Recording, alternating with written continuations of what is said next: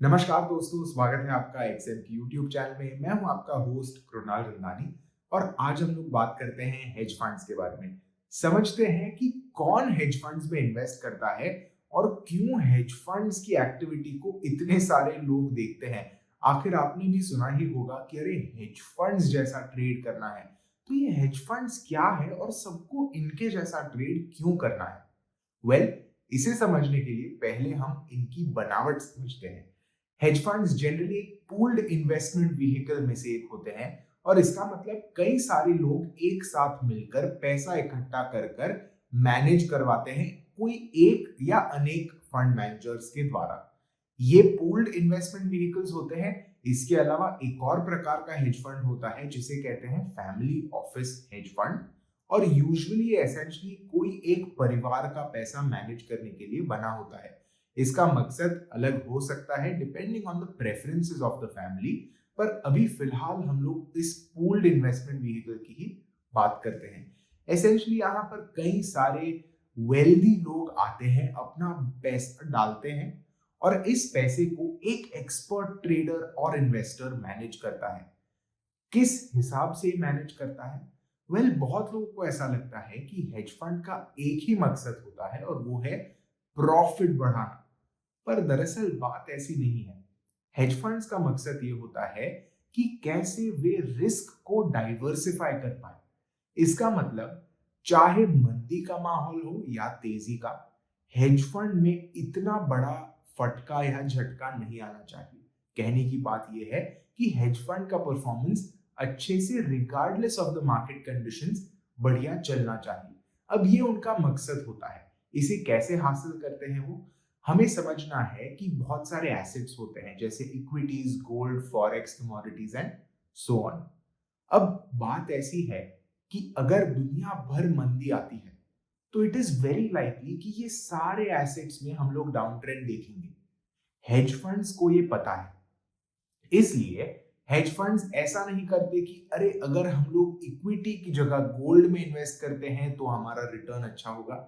नहीं, वो हर एक एसेट क्लास के रिस्क और रिटर्न पैरामीटर्स को अच्छे से समझते हैं, कोरिलेशंस को ध्यान में रखते हैं और इससे एक ऐसा पोर्टफोलियो बनाते हैं जो होपफुली अगर उनका व्यू सही जाए तो चाहे कैसा भी माहौल हो ठीक ठाक परफॉर्म कर पाएगा।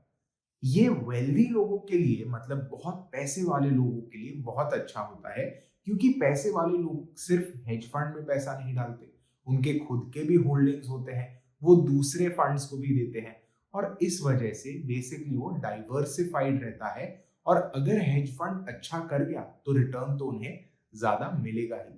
अब ये रिटर्न वो कैसे इकट्ठा करते हैं? हेज फंड बहुत कॉम्प्लिकेटेड होते हैं और बहुत स्पेसिफिक इन्वेस्टमेंट स्ट्रेटजीज और ट्रेडिंग स्ट्रेटजीज यूज करते हैं। वे ये इसलिए कर सकते हैं क्योंकि रेगुलेटर्स और अथॉरिटीज इनको इतना ओवरसाइट में नहीं देते।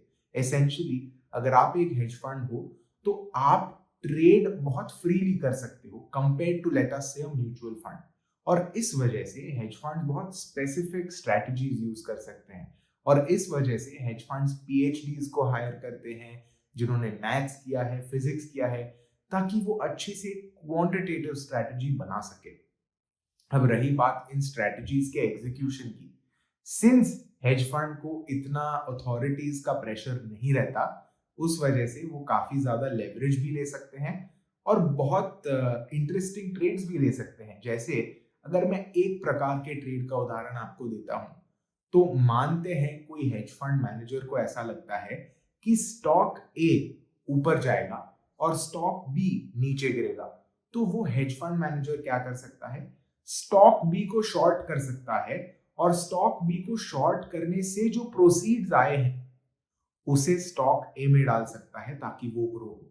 तो इस प्रकार से दोनों बाजू से वो हेज फंड मैनेजर प्रॉफिट कमाने का प्रयत्न करेगा।